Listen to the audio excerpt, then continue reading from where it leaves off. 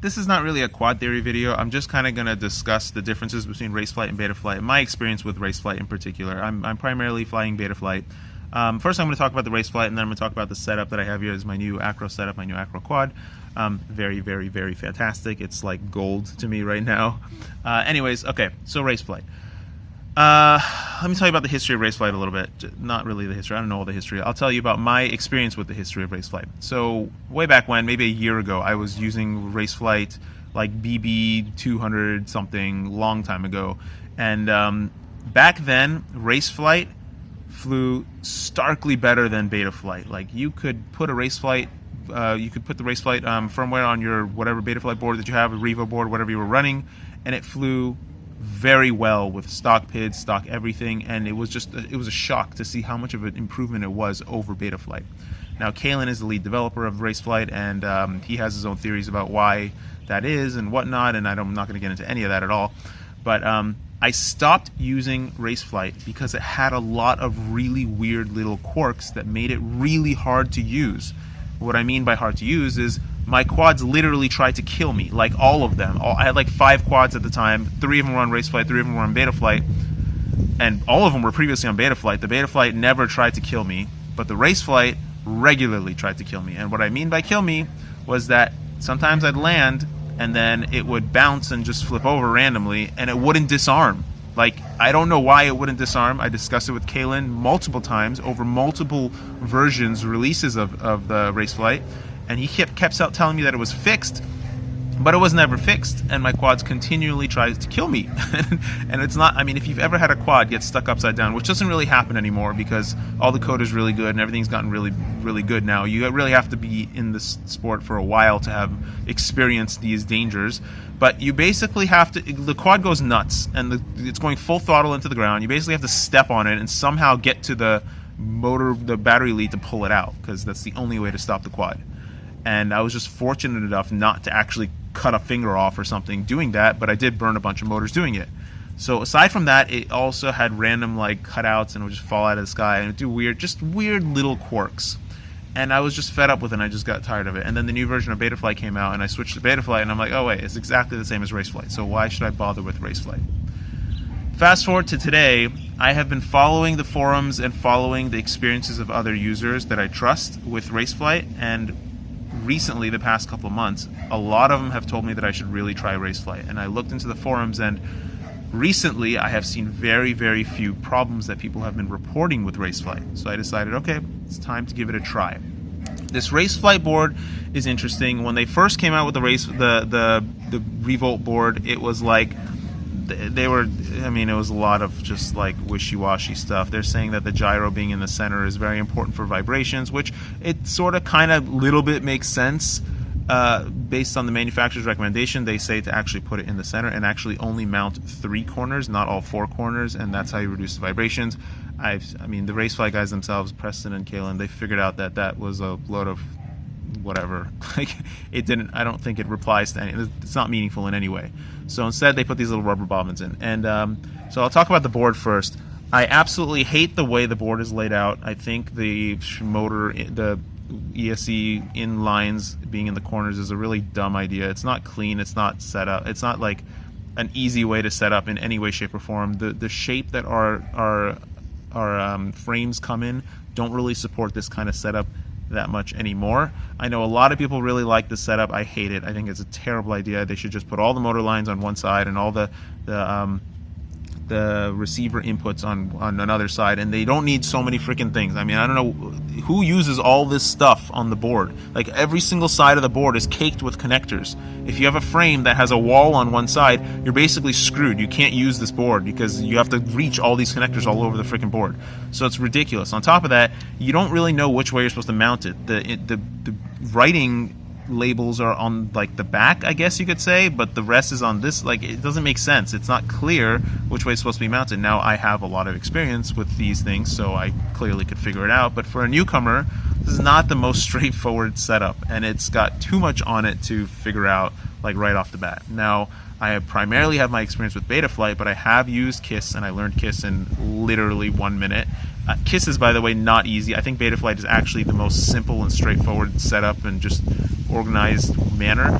But I learned KISS in literally 1 minute. It took me a solid 2 hours to figure out what I was doing with this freaking board. So I'm not really thrilled about that. They got the bobbins really, really good, and I think they actually got the sizing really nice, because when I slip this over some M3 screws, I don't need nuts on top. It's really nice and snug, and it doesn't move around at all. I'm using like double vibration dampening. This is sitting on top of, it was sitting on top of like those little rubber screws, and then this is rubber also, so it's super duper rubber mounting. The fact that they actually put a flat bottom on the board is my #1 appreciation of a flight controller, because having crap on both sides of the board just makes it really hard to get a clean build. Not like my builds are so clean, but it's just makes it much nicer. So mad kudos for having a flat side, one flat side. Very important in my book, very important. And I'm also an advocate of using just a plain flight controller. The new Betaflight stuff that has all the OSC and everything built in, I'm testing it also, but it's so complicated that I don't know if I'm going to like it. But I hope I do, because I really like OSDs. I really like being able to see the milliamp readout. And it would be nice if somehow this RaceFlight board gave you like a milliamp readout of some sort, or voltage. You don't really need voltage anymore, but like some sort of readout to let you know that your battery is dropping and you need to land. That would be, I don't know how to do it, but it would be nice. Anyways, so the setup of the board wasn't that easy. It wasn't that straightforward, but I did figure it out eventually, and that's fine. The setup in the configurator, you have to download a standalone app to be able to use the beta builds of RaceFlight, and that's what they recommend. That's what Preston recommended I use, and that's what I used. So I had to use a standalone app. I don't really like the fact that I had to use a standalone app, but whatever. I mean, it works. The setup is I give them kudos to the setup, that it is pretty straightforward. Oh yeah, another thing, the setup of the board, the wiring diagram, they have like 9 wiring diagrams on their website of this board. It doesn't make any sense at all. If they could just streamline the whole thing by putting one wiring diagram that's clear and concise. They don't need 10, and a bunch of videos as well.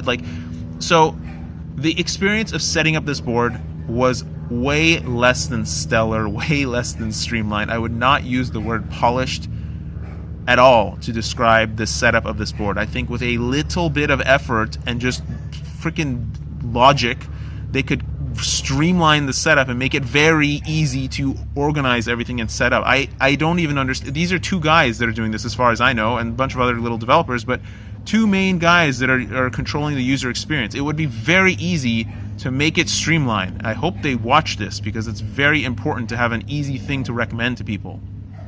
Alright, so I got it set up. There's no like motor test tab. It does some weird things with the ESC. I don't even know what's what. Like, it does whatever it does. So I don't know. The setup is the setup, and it's constantly changing, because they're always changing the whole thing all the time, the interface. Let's look at the performance. Finally, let's talk about the performance. So when I put this board in this new build, and I particularly chose this new build to put it in because my frame is such that I can reach anything on the frame in a matter of a minute or 2. Like, it's only a couple screws to get to anything, and the whole thing is a consumable. So I figured I would build this with the RaceFlight board, and then I would put a Betaflight board in there if I wanted, or just put Betaflight on the RaceFlight board, which, by the way, you cannot run FreeSky S-Bus with Betaflight on this RaceFlight board, because it doesn't pick up the freaking receiver. It doesn't make any sense to me. Preston said something about how it's like they don't have the technology to do it. It's a load of crap. I don't know about what technology, what not. It means nothing to me. So thank you very much, Preston. Oh, by the way, I do not like Preston. Preston is the #2 reason why I did not try RaceFlight, because he is just annoying. He's annoying. That's my opinion. If you love the guy, great, good for you. But he has been very annoying in the past and very annoying going forward. So if RaceFlight did anything, their best move would be to stop using Preston as a public image. He can be support, he can be whatever, but get somebody else as your public image, because Preston is annoying, and Preston and Kaylin on camera are the most boring pair I've ever watched on camera. So just stop doing that, please. All right. So the experience that I had with the RaceFlight board, actual flying, when I got it set up and working right, I was not impressed. I mean, the hype is not real. I'm sorry, it's just not real. The board is special because it does do 32K loop times and 32K gyro rates, which Betaflight does not do yet. It is probably going to do it in the next build, but it doesn't do it yet, and I think that that's its number one advantage. Yes, they're doing a whole bunch of weird things with the filters, which is good for them, but their main advantage is the 32K, if you ask me, because it just makes more sense that they have more information, they can do more with the information that they're getting, and it's just faster, and just it can manage the PIDs easier. And when you load up this board and you set it up on a 5-inch quad, it pretty much works almost flawless, like immediately. Stock bids work pretty much flawless on 5-inch. People have said it doesn't really work well on 6-inch or other setups, which I don't know, I haven't tried that, but 5-inch works great. And then I had a weird quirk. The thing just fell out of the sky, and it wasn't like a desync or something. It was like a twitch, a wobble, and then it fell out. Like it twitched and then it fell out of the sky. And that is the first time I crashed this thing, and it was very upsetting because it felt really good, and I didn't really want to rip it apart and put a Betaflight board in there because it just, I mean, I've already built the thing. I don't want to rebuild it. I'm lazy. But that is the kind of quirk that I just can't tolerate. I can't trust my quad with this thing in it. And I don't know if it was the ESC or if it was the RaceFlight board, but I want to say it's the RaceFlight board because I've seen it so much, and I have so much experience with desyncs and all this other crap that happens with our quad, that it just made me feel like it was a flight controller issue. And I put the Betaflight board in, and I've actually run 20-30 batteries on it already today, this morning, and no issues at all. Not a single desync, not a single issue, not a single nothing, zero. Betaflight is bulletproof, rock solid. So at that point, I fixed it or did something. I messed with the software, and then I flew it again, and it's fine. But I don't know, because now I'm scared of the RaceFlight board. So now, you've been listening to this, if you've been listening to it for 10 minutes, I'm going to finally tell you the main difference that I felt between RaceFlight and Betaflight. RaceFlight is minorly better. And I say that with a big caveat because I had a weird dropout, which I wouldn't even know what it was. But the reason why I say RaceFlight is a little better, it's not because of the PID, it's not because, yes, the stock PID is better. When I put the Betaflight on here, it's pretty much the same. It just has a tiny bit more prop wash, but it's running at 8K, so, who knows. Maybe if you bumped up Betaflight to 32K, it's going to have the same performance. But the main reason why RaceFlight is better is because immediately when I started flying, I had this sense of very, very fine tactile control. I could weave my quad through holes and spaces that immediately right off the bat. I didn't have to learn the quad, I didn't have to learn anything, I didn't have to relearn how to fly. I mean, this is a totally new quad, I've never flown it. It was just immediate. I had this fine sense of control, and the controls were very, very smooth. So I'm gonna say that the rate system that they're using is probably just better suited to the human finger and mind than what Betaflight's using currently. Now, Betaflight's using the PID2 system, which is very nice because you can kind of tailor how it feels in the air, but it's still very hard. I mean, I've been messing with my rates for a year now, like just fine-tuning them, and I still never got that fine sensation that I got with the RaceFlight board. Other than that, everything else is the same. Like, it flies exactly the same. It's got the same vibration issues at some times when I'm at min throttle, and it's got the same general issues all over. But rate system, it just feels smoother, just feels nicer. So after running about 20-30 packs with the Betaflight board, I'm actually going to put the RaceFlight board back in. I don't want to break my new quad, but it does feel nice, and I'm going to give RaceFlight another chance. Like, I want to like it. I really want to like it. Because I don't even know why. I just want to like it. Even though I don't like Preston a lot, and I really despise these freaking little quirks that it has. I really hope they fix them in the future if that stuff doesn't happen. I really want to like RaceFlight because I liked it in the past, and the actual setup in terms of the motor layout and how it does is actually really nice. And if you get used to using RaceFlight, I can see how it would be quicker to set up and hopefully have fewer issues. I mean, there's less settings to deal with in RaceFlight. There's less you can do to screw up. So overall, the hype is whatever. There is no hype. I mean, RaceFlight is just another board. It's another option. The downside of RaceFlight is that you don't get the option of having the OSDs and all these fun stuff that Betaflight now has. I really hope they do that in the future, but again, I like the 4-in-1 ESCs, and I will never use their Bolt ESC because it's just insane, because they have just garbage all over all of the sides. They really have to do something about the person that controls the user experience of using their products. Preston says, oh, our board does 60 amps times 4, consistent. I don't care what it does. You can't build with it. You have to get a specific frame that fits your product. Make your product fit existing frames, existing setups. Don't make people go out and look for things that fit your product. It's not that different. You're not that special. So this is just a long rant. Yeah, feel free to ask questions. Okay, so now I'm going to discuss the frame. The frame is great. This sideways battery feels really nice in the air, actually, because it balances the pitch and roll a little bit better than if it was long ways. So like the Alien frame, which has the battery like long ways, and it's got a really long fuselage and the props or whatever setup, it doesn't, when you do your PID setup, it's actually like you have to, the reason why your pitch P is usually higher than your roll P is because you generally have more weight on your pitch, on your long axis, because you have your battery and everything straight in a line in the middle. So when it's flipping and rolling, it has more mass to deal with in the pitch direction, and so the roll direction is much easier for it to spin, so you have a lower roll. So with this setup, you have the battery sideways, which is kind of balancing the roll with the pitch a little bit, such that it's the P's and D's and all the setups is just generally easier. It's better. It's like more even. So it just feels a little different. It definitely does feel different. You have to be experienced to tell, but it does feel different. And the reason why I ended up going with this kind of high battery style is because I tested a mid mount, I tested a low battery mount, I tested under battery, I've tested all sorts of battery locations on the setup, and between bottom and top it does make a big difference, but between top and lower top or lowest top, it really doesn't make any difference. I could not tell any difference at all. What did make a difference is running it sideways, which I was kind of surprised. This is a prototype frame. This is not the final frame, so I mean the props are not going to be so close. They're gonna have some more clearance in here, in this little hole down here, so you don't have to worry about that.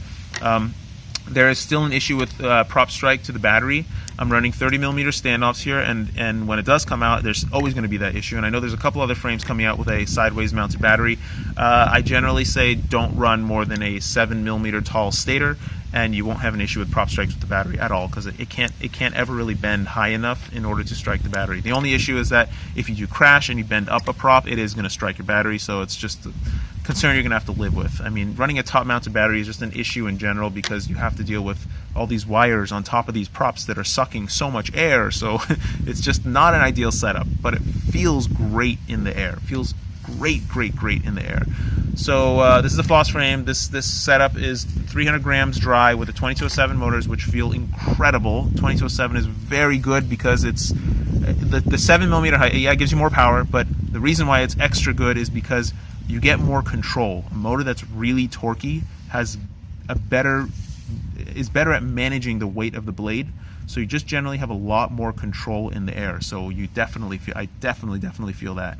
You can't feel it if you're new at flying. You can't feel it if you're intermediate. You have to be flying kind of every day, at least a pack a day. I try to fly like one pack every 2 days if I can, but at least a pack a day for you to be able to feel the control difference between a 2207 or a 2206. But I don't think that the recent 2407 or 2506 motors are really meaningful on 4S. It doesn't make any sense to me because the battery just can't do any more than it already. I mean, already a 2206 is too much for the battery, so 2207 really doesn't do anything for you. It just gives you that little extra added control. And yeah, it does try to suck more power from the battery, but it's not getting it, so it is what it is. Anyways, I'm going to have more information about this setup and about this frame, about my setups and what I prefer, but that's it for now. This is a very long video. I'm so sorry, but please floss still.